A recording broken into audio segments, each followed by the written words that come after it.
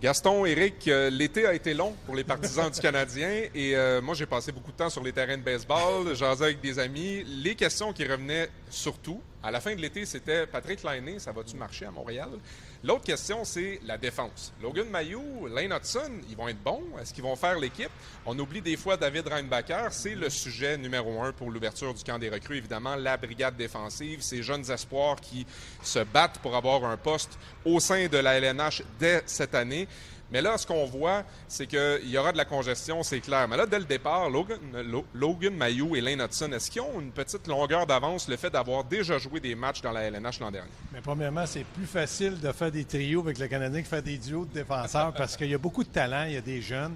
Quand tu regardes du côté de Logan Mailloux, moi, je regarde aussi le fait que Matheson va être certainement à gauche du premier duo. Oui. Est-ce que c'est Goulet qui va être à droite? Si Goulet est à droite, David Savard comme deuxième, ça va peut-être se compliquer un peu pour Logan Mailloux. Mais si jamais Martin Saint-Louis décidait de positionner dans son rôle Caden Goulet à gauche, ça serait plus facile pour Mailloux. Mais là, c'est Lane Hudson qui paierait la note. Donc, Éric, toi, tu vois ça comment du côté de Goulet, là? Moi, je pense que c'est inévitable. Goulet s'en va à droite pour les grosses minutes, pour sa mobilité, aussi pour protéger les deux autres duos, donner une chance justement à Lane Hudson de peut-être avoir quelques parties, s'acclimater à la Ligue nationale un peu plus que ces 2 matchs de l'an passé. Pour moi, là, c'est absolument logique comme scénario. Et quand on regarde le discours des joueurs, on a rencontré les joueurs après la séance d'entraînement. Évidemment, dans leur tête, c'est Montréal. On ne pense pas à Laval. Surtout dans le cas de Lane Hudson, il a goûté un peu à ça.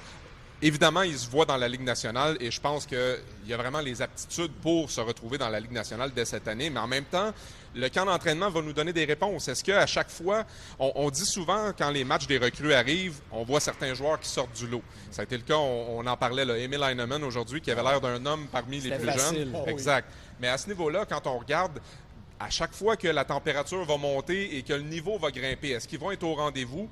En même temps, les aptitudes de Lane Hudson, Gaston, là, ça saute aux yeux. C'est un joueur qui peut jouer dans la Ligue nationale. Bien, il va jouer dans la Ligue nationale. Maintenant, ce qui va commencer la saison prochaine dans la Ligue nationale dans les 6 défenseurs du Canadien, moi, je suis contre le fait de prendre un joueur avec un talent comme ça puis de le positionner 7e ou de jouer avec 7 défenseurs puis jouer juste sur l'avantage numérique. Moi, je pense qu'Éric, dans le cas de Martin Saint-Louis, il aura une décision à prendre, mais Lane Hudson devra prouver aussi qu'il appartient à la Ligue nationale. Oui, assurément. Puis ce que j'ai aimé, c'est sa réaction quand je lui ai parlé du Rocket de Laval. C'était très, très poli, mais dans ses yeux, ça voulait dire « Hey, j'ai pas pensé à Laval une seule seconde. » Non, mais peut-être qu'il n'aime pas Pascal Vincent.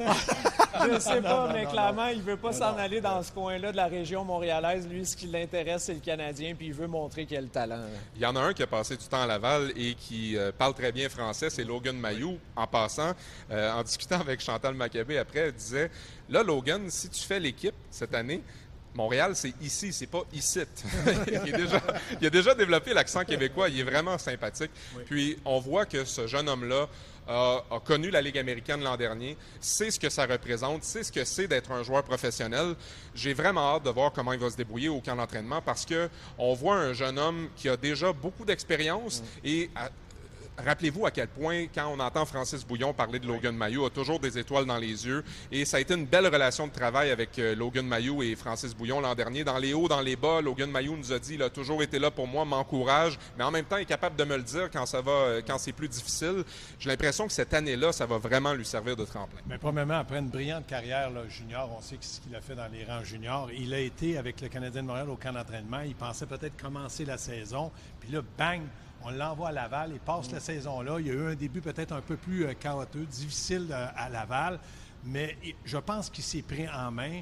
Le fait que Jacky est arrivé et il l'a aidé, ils ont formé un bon duo. Est-ce que ça pourrait être une copier-coller pour la Ligue nationale? Je ne sais pas. Mais moi, j'aime de Logan Mailloux, c'est qu'il a du caractère, il a un bon lancer, physiquement imposant, puis surtout, il est mobile pour un bonhomme de 6 pieds 2 et plus. Donc, pour moi, les portes se rouvrent, c'est à lui entrer maintenant pour savoir s'il est capable de jouer et jouer régulièrement. Puis on l'a vu sur la glace aujourd'hui avec un peu le couteau entre les dents. Là. Je l'ai vu asséner une bonne mise en échec à Owen Beck. Il ne s'est pas gêné. Il veut envoyer des messages de différentes façons pour démontrer qu'il a sa place. que ce soit comme 7e, peut-être 8e défenseur en début de saison, mais il veut intégrer une rotation avec le Canadien. Puis Patrick, il reste que c'est un gars de caractère. Tu vois que ce gars-là, il est là pour gagner, il est sur la glace, il ne s'en laisse pas imposer, il peut laisser tomber les gants. Ça peut jouer en sa faveur. Puis du côté droit, il va avoir de l'espace. Justement, parlons-en du côté droit parce qu'on parle de Hudson, on parle de Mailloux.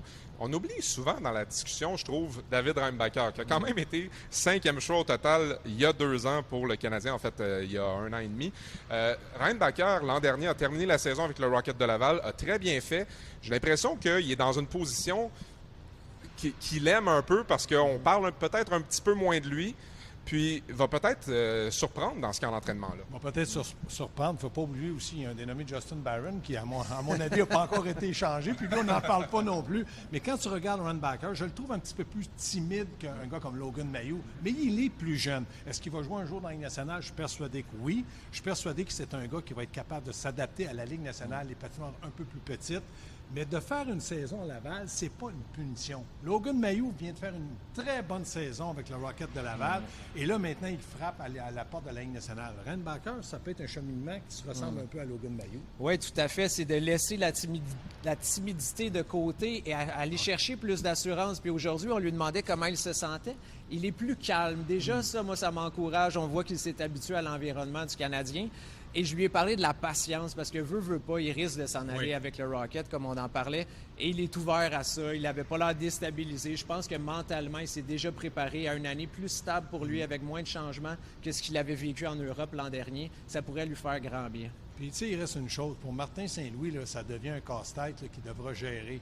Mais tout entraîneur rêve d'avoir du talent en défensif pour avoir une bien meilleure relance. Le seul joueur qui maintenant donne une relance vraiment adéquate et qui peut suivre le jeu, c'est Mike Matheson. Puis lui, il prend de l'âge. Donc la relève, elle doit être capable d'en profiter puis doit être capable de progresser aussi.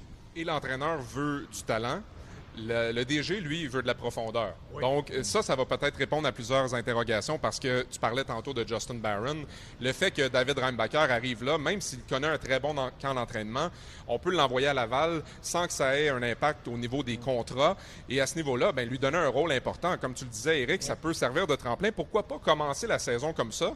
Puis si jamais il coche toutes les cases puis qu'il est vraiment dominant puis qu'on a une blessure à Montréal, on peut rappeler David Reinbacher sans aucune difficulté en lui ayant donné des bonnes minutes et de la maturité dans la Ligue américaine. Prendre de l'expérience, du vécu contre des hommes, contre des joueurs qui sont des professionnels dans la Ligue américaine. Mais moi, je suis contre le fait de garder un 7e ou 8e défenseur à Montréal si on n'est pas capable de lui donner du temps de glace adéquat. Parce que tu ne progresses pas assis d'un gradin.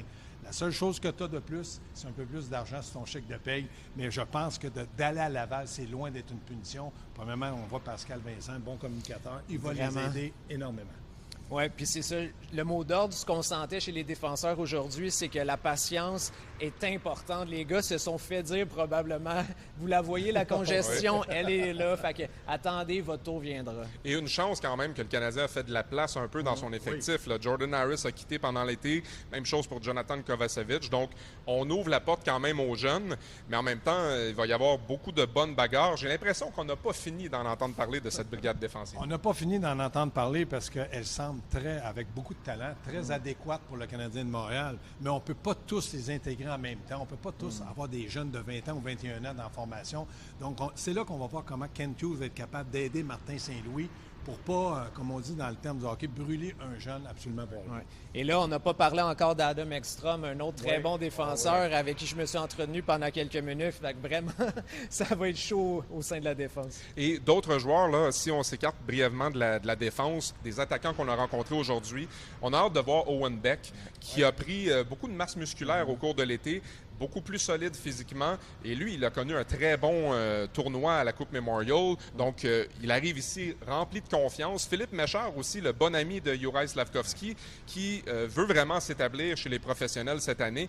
Des joueurs qui arrivent avec des motivations et qui vont commencer à Laval, à moins d'une surprise, bien évidemment, là, mais qui vont gagner cette expérience-là qui va être très payante pour eux. Moi, quand je regarde ces jeunes-là, je m'aperçois qu'une saison, ça fait la différence en maturité, en confiance. Puis ces gars-là se présentent en disant, maintenant, je pense que je peux prendre la place de tel ou tel joueur. Ça va être un excellent camp d'entraînement, des bons matchs préparatoires. c'est à eux à démontrer à Martin Saint-Louis qu'ils sont prêts pour la Ligue nationale. Oui, personnellement, je pense qu'Owen Beck a les qualités là, pour vraiment s'intégrer tranquillement chez le Canadien. Pour ce qui est de Méchard, on voit qu'il a remarqué les critiques des partisans sur Internet. Il est très, très conscient de ça. Il essaie de se détacher un peu, de prouver jour après jour que son chemin peut être différent. Oui, ça prendra sûrement plus de temps dans son cas que son bon ami Juraj Slafkovský, mais il n'y a rien de mal à ça si ça fonctionne éventuellement. Exactement. Alors, il y aura des auditions tout au long de la fin de semaine. Le Canadien qui va affronter les espoirs des Maple Leafs. Et à ce niveau-là, ce sera une occasion de voir la progression, mais aussi de servir de tremplin. Le camp d'entraînement, ça commence la semaine prochaine, le véritable pour les professionnels du Canadien de Montréal.